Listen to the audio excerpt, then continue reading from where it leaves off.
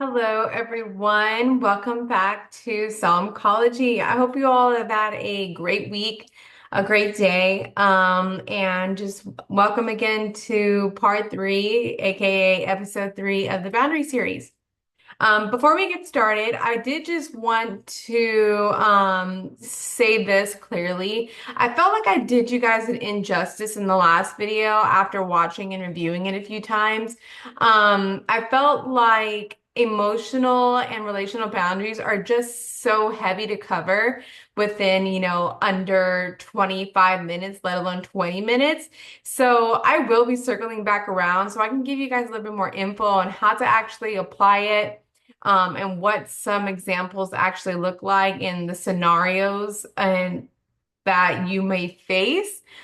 So you know which type of boundary to apply to that specific situation, whatever the scenario is.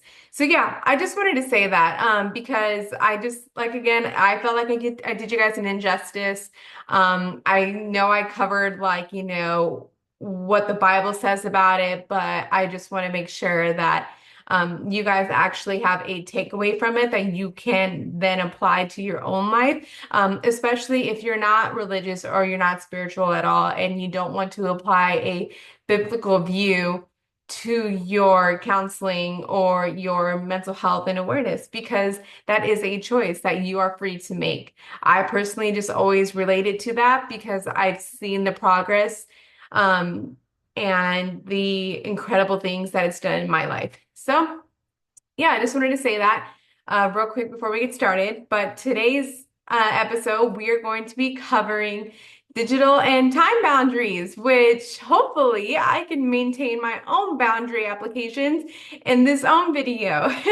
Being that, of course, I do this digitally and, virtual reality, and of course, right here on the internet, where social media and pretty much the entire world lives now. So yeah, that being said, let's get started. I'm super excited to talk about it, especially because I saw just the quick shutdown of TikTok for 12 hours, what that did to people.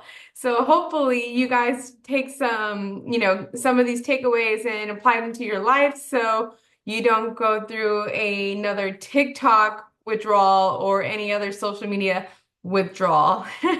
So yeah, that being said, let's get started. Okay, so let's get started. The first one we're going to be doing is digital boundaries. All right, so what are digital boundaries? Well, digital boundaries refer to limits we set to protect our time, energy, and well-being in the digital world. That includes boundaries around social media, online browsing, other digital activities like online shopping, and even email and texting. I know that majority of the world now communicates digitally, but we still have to set boundaries around that because if we don't, some things can be misinterpreted, missaid, and even sometimes, we butt dial. Butt dialing's a thing. And even though obviously that's not a form of communication that we meant to do, it's still a thing because we had access to the butt dial, right? So that's what it means. All right. But why is it important? Why are digital boundaries important? Well, in today's day and age, as I said, it's easy to get lost in virtual reality because it's the constant connectivity that we have access to. Like for example, real quick, I said that we lost TikTok, for example, for 12 hours, and people went crazy. It was even crazy to see that my husband, who downloaded TikTok, but is not, doesn't really interact with it, doesn't have any followers or anything. He just likes watching videos. He even had a quick withdrawal. He kept trying to open the app, close it, wasn't working. Open the app, close it because it wasn't working. And all of his friends that we were talking to, they were all going through this withdrawal. And it's because we rely and we turn to social media and the internet every day in our lives because we have that constant connectivity. So, without the boundaries, we are subjected to digital overwhelming, the feeling overwhelmed by constant stream of information and notifications, especially if you have a big following on social media and that's how primarily how you communicate. The social comparison, we see that a lot, especially, unfortunately, we see it a lot in today's day and age with the gender modifications and or the beauty standards that women have to follow. You know, they see these girls in Vogue and all these things and, Sports Illustrated even, and they can't compare it. Like they keep comparing themselves to that and thinking they can't do it. That's a whole another self-esteem issue that's going to be going on, and we don't want that. And then that leads to cyberbullying. We have cyberbullies. We have trolls on the internet. Even if they're you think that they are your closest friends, cyberbullying happens. I saw it every day as I grew up with the internet. I am older than the internet, unfortunately. I saw it every day and how much worse it got, especially as our social media platforms and the internet became more advanced. We have sleep disturbances, which means, especially with screens, we have something called the blue light.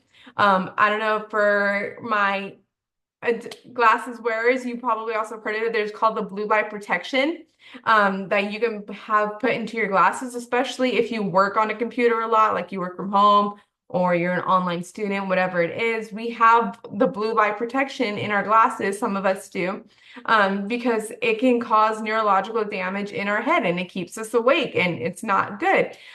Which, by the way, if you want to know, you can turn that off on certain Apple devices, especially your cell phones and iPads. You can set it to a night mode. And then last but not least, we have addictions. Social media and internet addiction is a real thing. We literally have anonymous groups for specific types of online platforms and or internet addictions. Like I said again, we saw how crazy everyone went when they went through the TikTok withdrawal, and that was even only just for 12 hours. I understand a lot of people make their money on social media, and by all means, those people are more than welcome to do that. We're going to cover that in a second. The what's appropriate time to be doing on social media, and of course, if your income stream comes from that, by all means do it. But if you're just mindlessly scrolling and it's not benefiting you in any way, not financially, not mentally, not physically, emotionally, then it's not a benefit. That's why we need to apply a boundary to it. So let's talk about some of the boundaries that we can set with our digital lives.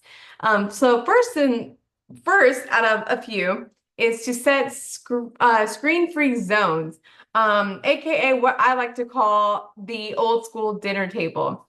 A lot of us grew up where we sat down at dinner, whether it be at a dinner table or around the couch, just hopefully with your TV off because that is a form of digital, accessibility, or around the kitchen island like I had, or it doesn't matter. We would set those as screen-free zones. We would not have our phones. We would not have tablets. We wouldn't have any of that. And even in my family now, the closest thing that we close to screen-free zones, especially around the dinner table, is just the TV. And that's especially like around the holidays. We like to watch our Christmas movies with our girls, or, just watching, a New Year's Eve parade or something along those lines, of Thanksgiving parade. That's the closest we get to it. But I want to make sure that we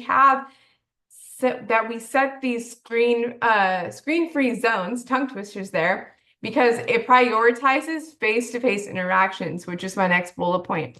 We have to prioritize face-to-face interactions because we have to be able to have real, not virtual reality, real reality relationships. We have to be able to communicate. That is a basic human need. It is a necessity for humans to have a relationship, which is why we see a lot of people craving relationships and, communication through the internet. While that can be beneficial, it can also be harmful because, like I said, we had those trolls and everything. So we have to prioritize face-to-face interactions, especially when it comes to the relationships that we are prioritizing that benefit us.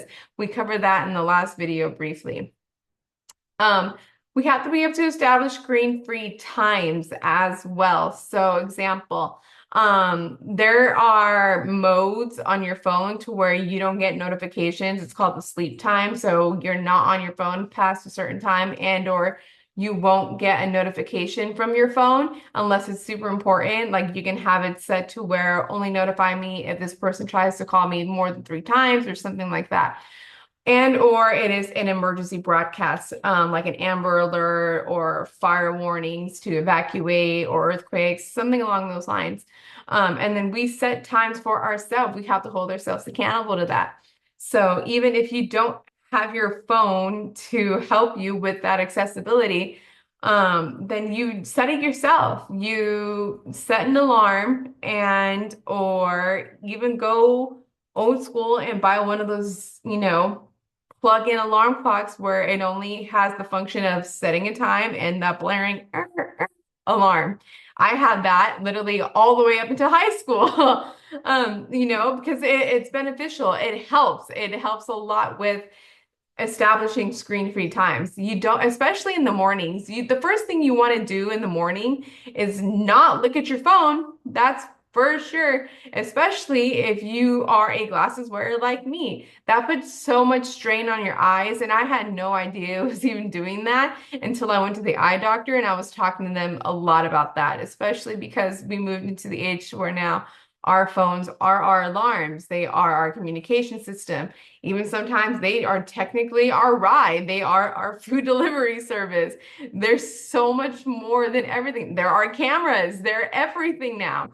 So yeah, we have to be able to establish screen-free times for ourselves and hold ourselves accountable when we don't follow them. We can also utilize web blockers or app limits.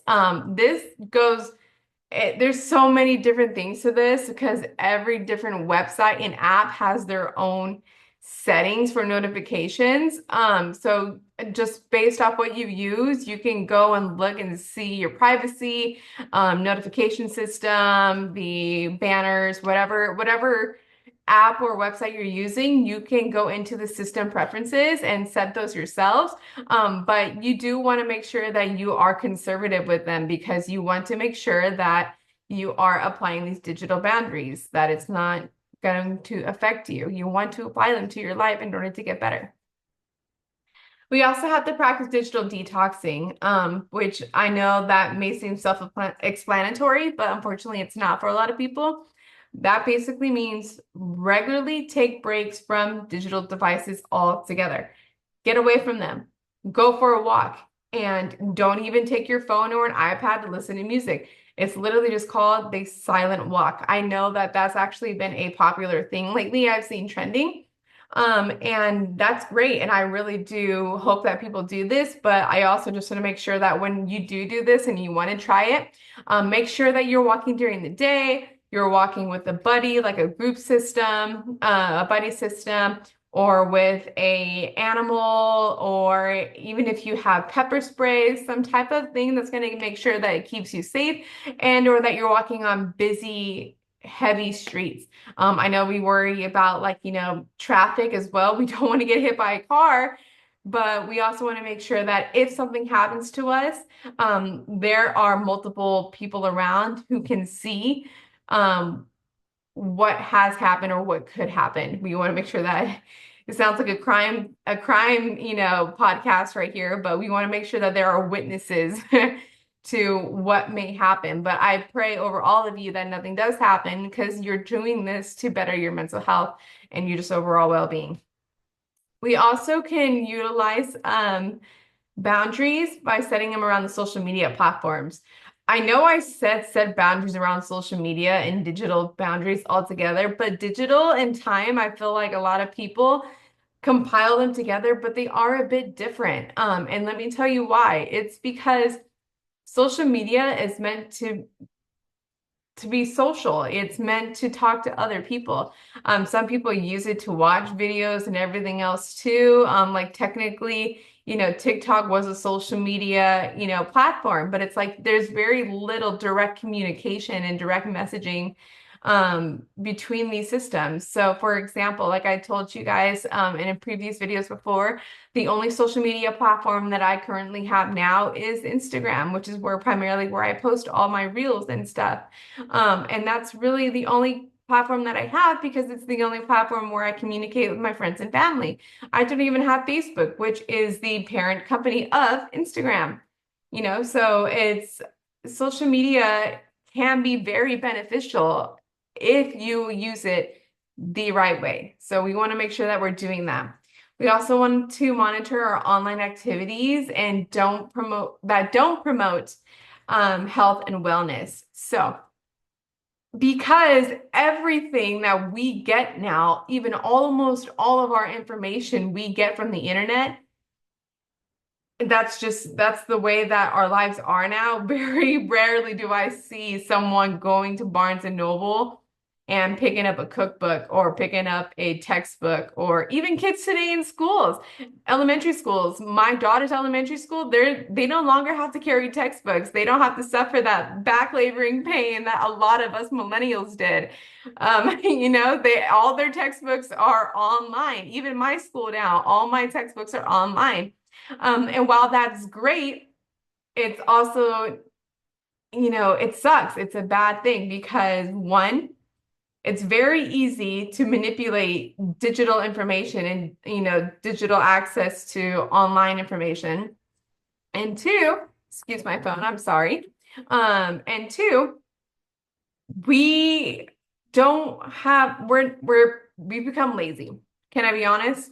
We've become lazy. We don't want to crack open a book. We don't want to do the manual labor to learn how to do it. We all want the quick and easy hacks. So it's just we go to Google, like, show me how to make a birdhouse in 5 minutes, show me how to make a salad in 5 minutes. So while those things are great still, because you want to learn how to do these things, it depends on where it goes, because then you start to spiral like, ooh, watch this video on how to make, a underground bomb bunker. Where did that come from? Like, we went from making a little birdhouse to a bomb bunker. That's what I'm talking about. So we want to monitor and limit our online activities that don't promote the health and wellness. So my little rant went from that. So my main point of that key point is I find myself keep repeating myself, and I'm sorry. Bear with me again as I learn how to do all this, especially communicating and talking with you guys.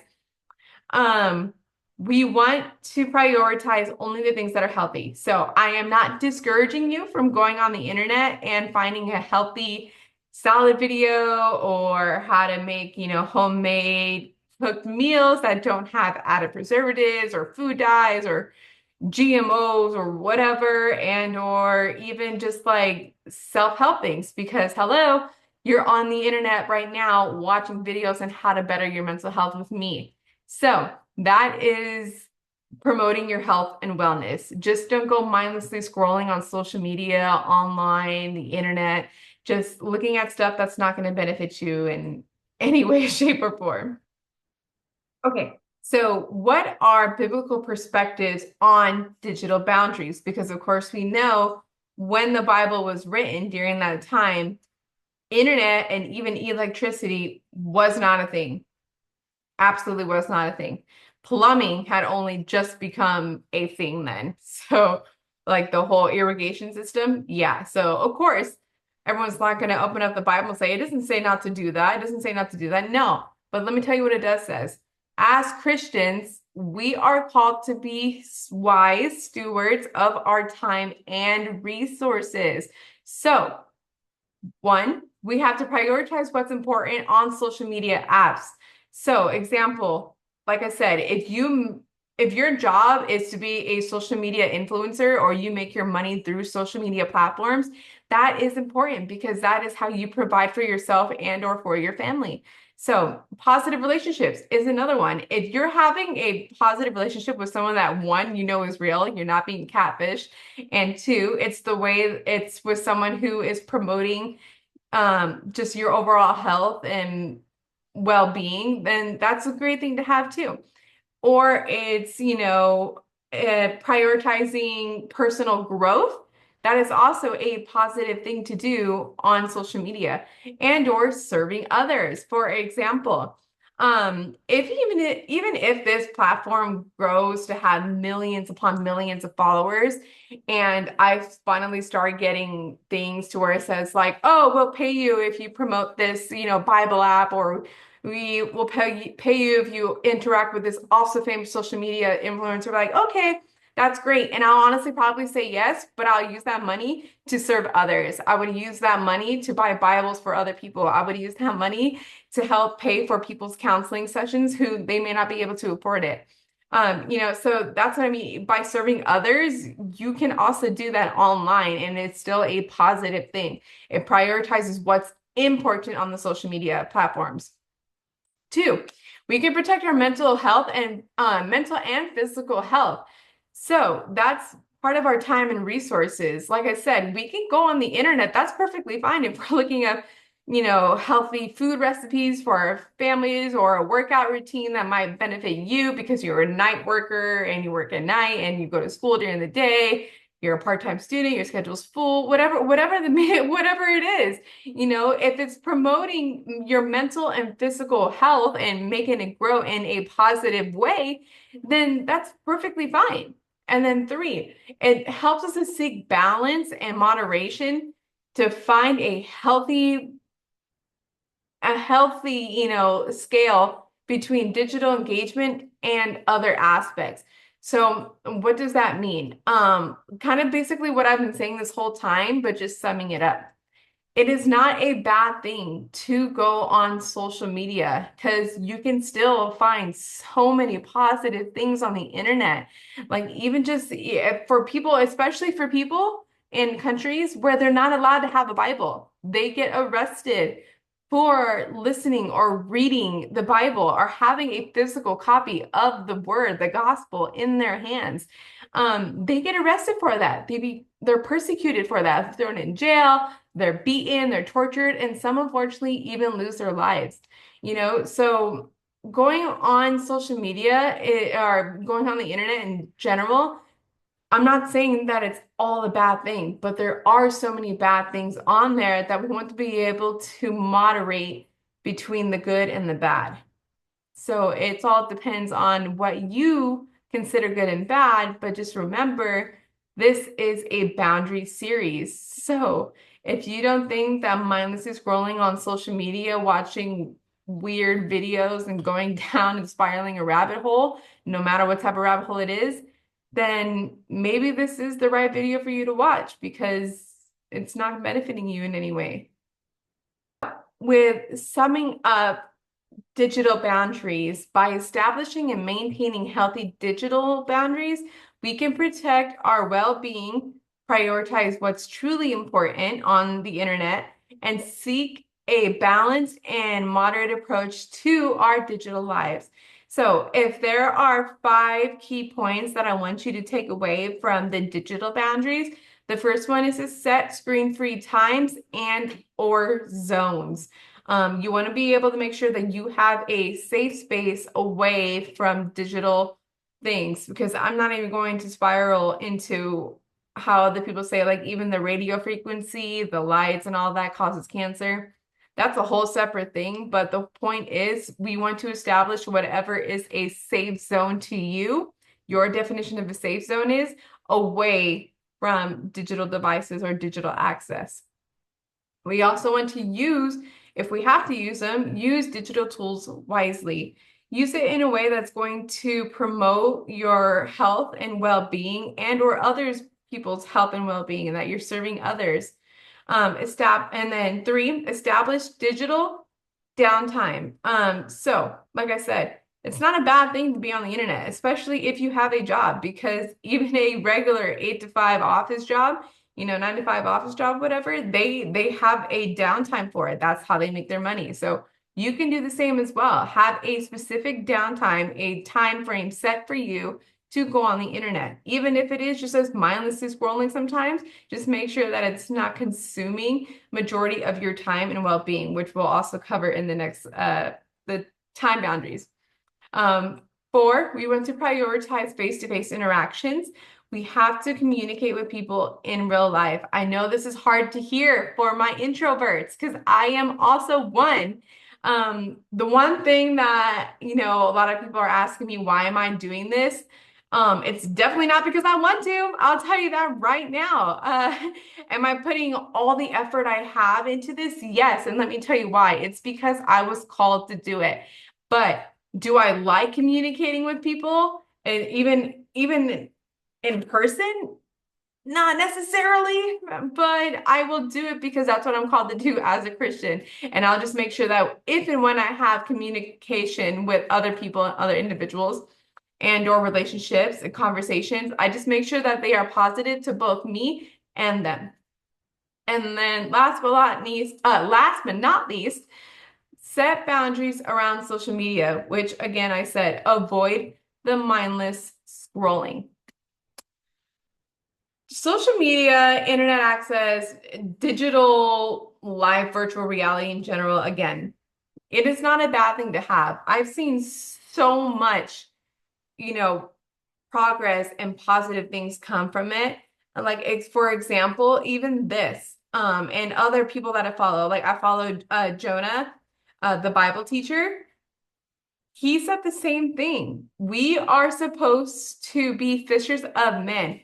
And majority of the population, especially Gen Z, they are all in the virtual reality now. They're not really grounded here on Earth so much anymore. So, in order to be fishers of men, we are going online. We are going online to be fishers of men and to be disciples online. We want to be able to utilize it. Can you imagine the disciples and how much more their word could have got out if they had the internet back then? Exactly. So the whole world in all four corners of the world, even the most remote places, probably would hear about the good word, hear about the gospel, and hear about Jesus. And it would be an amazing world. So now we move on to our next boundary, which is time boundaries. So what are time boundaries?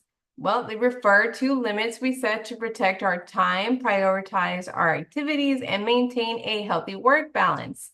Why are they important? Well, one, they manage stress by helping us reduce feelings of overwhelm and anxiety, and by prioritizing tasks and managing our workload.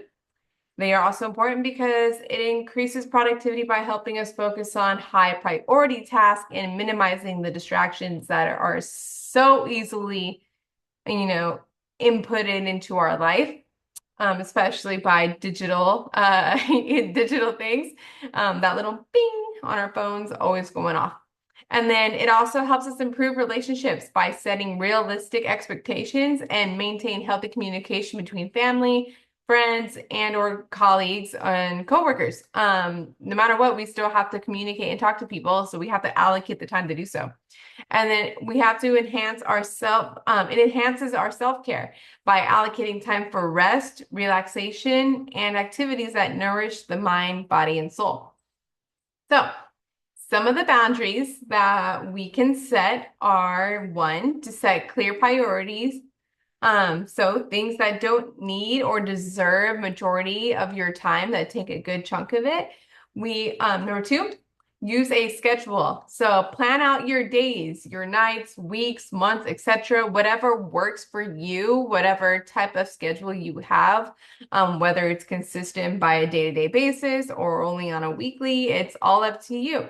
And then you have to do your best to stick to that schedule as best you can in order to see improvements. And to apply, of course, the time boundaries that we are learning. We also have to learn to say no. I know that that meaning has a different one from the last one that we covered in the last episode, and let me tell you why. By saying no, it helps us to be mindful of our capacity and avoid overcommitting ourselves by a time perspective. So, for example, I understand the need and the want to always say yes, especially even if it's for something that you feel real passionate about, like volunteering at a homeless shelter or volunteering at to be the coach at your kids', sports events. whatever it is. But if you don't have the time to do so, we have to practice how to say no. That doesn't make you a mean person, but if you're stuck at work, you don't want to overcommit because then not only are you letting yourself down, but you're letting the person that you're also saying yes to down because you won't be able to commit yourself to it. Or vice versa. If you say yes to them, but then you have to back out of something else like work or a birthday party or someone else you already made, plans with, you end up hurting that person or those individuals instead. So we have to learn to say no. We also have to learn to establish time blocks. Basically, what that means is allocate specific times for tasks, work, school, family time, dinner time, whatever the times work for you. Just create time blocks so that you have them set and ready to go throughout your day, and you know what you're going to be doing during that time of day. And then it helps, another boundary that we have to set is to leave space for flex hours, which is basically their flex. So it can mean one of two things. So they either allow time for unexpected events or adjustments. For example, I like to call it the ADHD time clock or the schedule. We like to work things out backwards. So, for example, this is the little piece into the mind of Ariana. I have to be at a doctor's appointment at 12 o'clock, which means I have to leave the house by 11, which means that if there's an accident, I should probably allocate my time a little bit more. So maybe I should leave the house now by 10:45, 10:30. But then I also have to get ready before I leave. So then I have to wake up at 9:30. So it gives myself about an hour to wake up. But then if I have to take Ariel with me or Anna or my husband, I should probably add another hour. So now I gotta wake up at 9:30, and then it goes back to 8. And then that's the mind of an ADHD person. And even some of autistic characteristics follow that same timeline. And there's no shame in that because it honestly helps us out a lot. But for those of you who understand it, you know what's going on in our head. It's the backwards time frame. It's also just commonly referred to just on the street as the ADHD time frame, the time block. So we have to leave space for flex hours, whether that mean preparing for that unexpected, accident on the freeway on the way to work, or you just have a free block to where you can do whatever you want. Like maybe you can even just go run a McDonald's or Starbucks to grab yourself a coffee or a drink. And then we have to practice time management. So we can utilize tools to keep us focused and productive. There are so many things that we can use. We have time management, even apps. However, that is something we want to try to get away from. Obviously we're talking about that in the last thing, but hey, I said if it promotes, your health and well-being, if it's beneficial to you, then by all means use it. And then we can also there's also other methods of time management. For example, I don't know how many actual calendars and time block frames I have in my house. I have 2 by the front door, one for me specifically, and things that I need to do like work and school. And then I have the family board. So it has my husband and my 2 daughters in there, and that's where it is. And then I have the one that's for dinners. So if we either have to make dinner for the week or if we're going out because it's a family member's dinner or something like that, I have the dinner time block frame. I also have one for upstairs, a bedtime routine. I have so many in my house. There are so many time management tools that we can utilize to help us set a schedule that works best for us. Okay, so what are the biblical perspectives on time boundaries? This one's a little bit easier to refer to the Bible with because the Bible does mention this. As Christians, we are called to be wise stewards of our time, just like with the digital boundaries. We have to prioritize what's truly important and focus on relationships, personal growth, and serving others. Additionally, we have to manage our time wisely. We see this in Ephesians 5:16 through 17. We have to make the most of the time that God has given us because tomorrow and even the next few minutes and seconds, they are not guaranteed. So God can call us home at any minute. And then we have to seek balance and rest, recognize the importance of rest and relaxation in our lives. This is seen in the first few chapters of the Bible.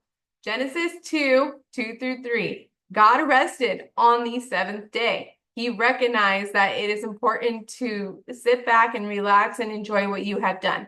And then we also see it again come up in Matthew 11:28 through 30.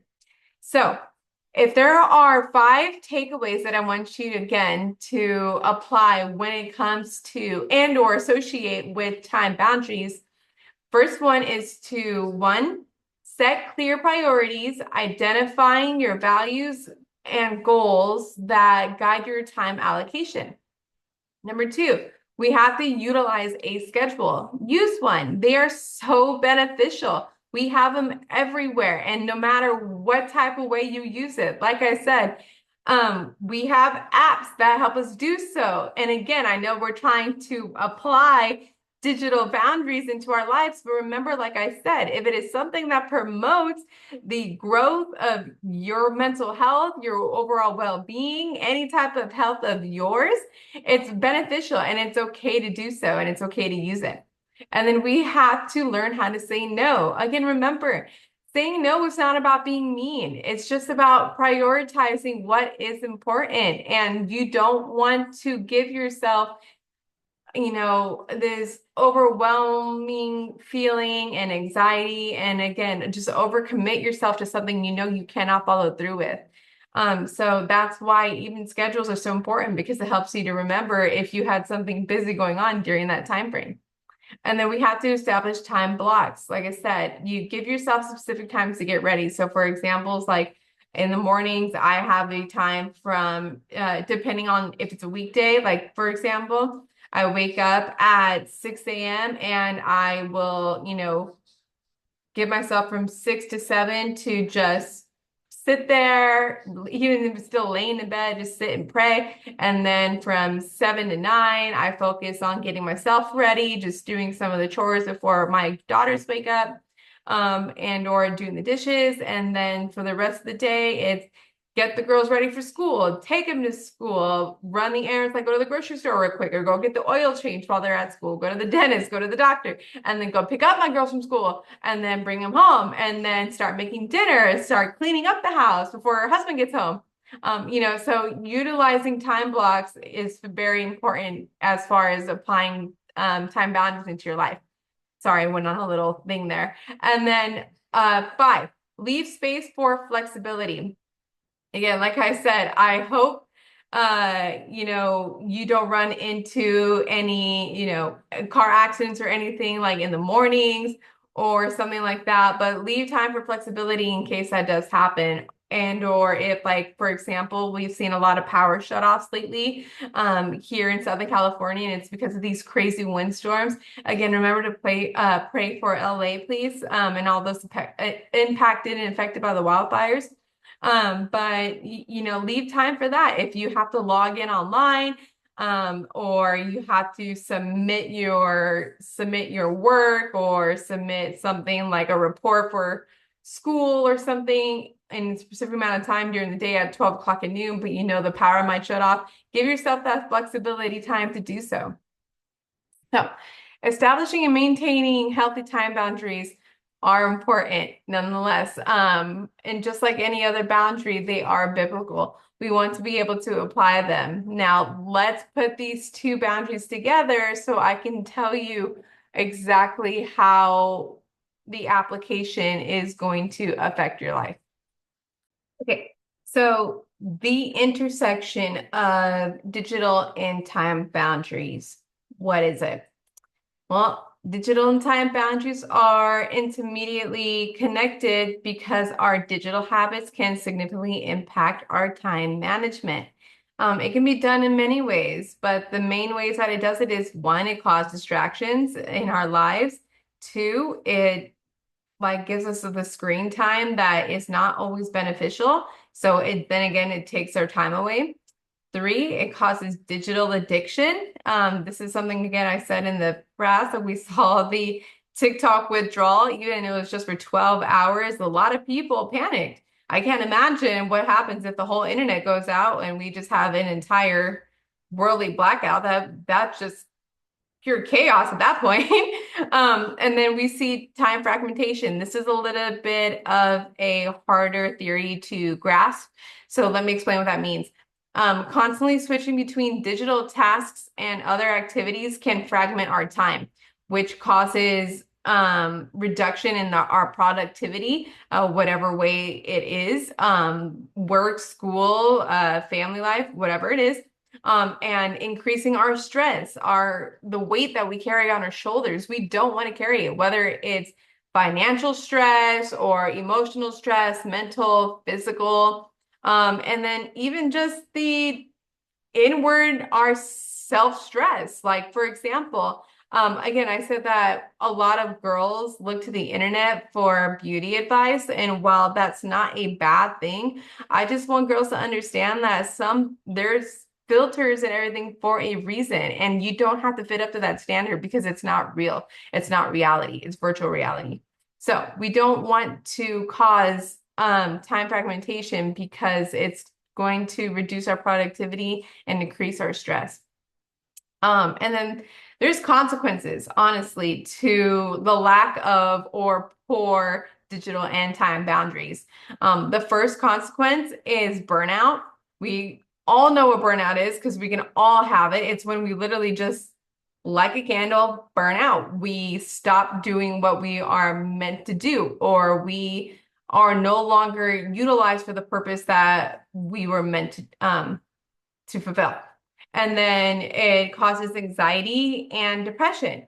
I know a lot about these two things. I was diagnosed with both at a very, very young age for very different, but nonetheless, all traumatic and disheartening and heartbreaking events in my life. So we don't want to have anxiety and or depression because I'm telling you, those things, especially when you have your first panic attack and you have no idea what's going on, they alone can be so scary. And I don't want that for anyone, especially this younger generation who suffers more within and are diagnosed with anxiety and depression more than any other generation in the past. And then we have strained relationships. Something again, I also know about firsthand and secondhand. I see it all the time. Whether it be in school, in my personal life, and or in my application at work. Again, I'm an RBT. So I'm a CIT in progress, but I am an RBT and I work a lot with individuals, especially young adults and adolescents. And I see their strained relationships they have, not only just with their families, but with those that they trust the most, like school faculty, other counselors, school counselors, just law enforcement, those that they're supposed to look to for, as role models and figures. They don't have those relationships that they're supposed to have. They're too strained. And then lastly, we have decreased productivity. Again, that can mean a variety of different things, whether it be you're no longer productive at work, whatever your work is, or whether you're blue collar or your type of work is social media, whatever it is, you're no longer putting out videos or creating ads for the thing that you're supposed to be sponsoring, because you're what are they called again? Ambassador. A product decreased productivity in so many different types of ways. Even if you're a student at school, you're no longer pushing out good grades because you're not doing your homework or you're not doing your reports. You're no longer communicating with your teacher, your professors, or even just your peers in class because some, programs, especially in college, require peer-to-peer work and peer review. So yeah, there are tons of consequences to the lack of or poor digital and time boundaries. And we don't want to do that. That's why I made this video. Because by recognizing the intersection of digital and time boundaries, we can take the necessary steps to establish healthy habits, prioritize what's truly important to you, and then maintain a balance between the digital world, virtual reality, and offline reality. Is I like to see it too.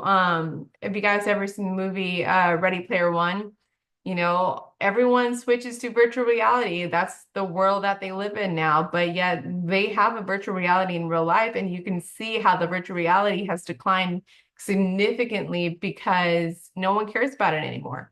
But we need to, because if we don't have a reality, we no longer have a virtual reality. So I think that's important to remember.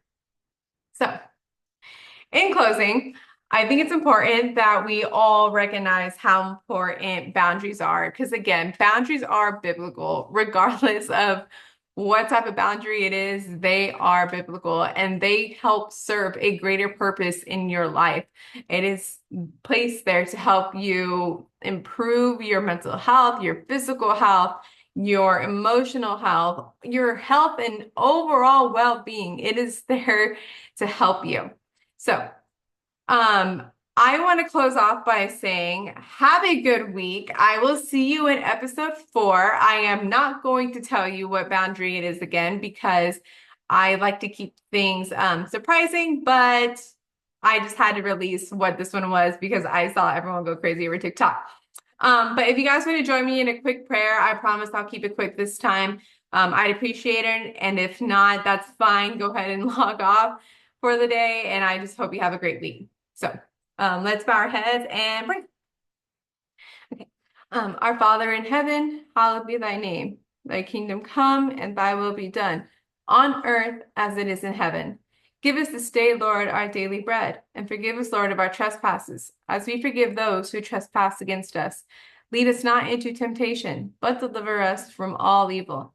For your will be done. For yours is the kingdom, yours is the glory, and yours is the power, forever and ever.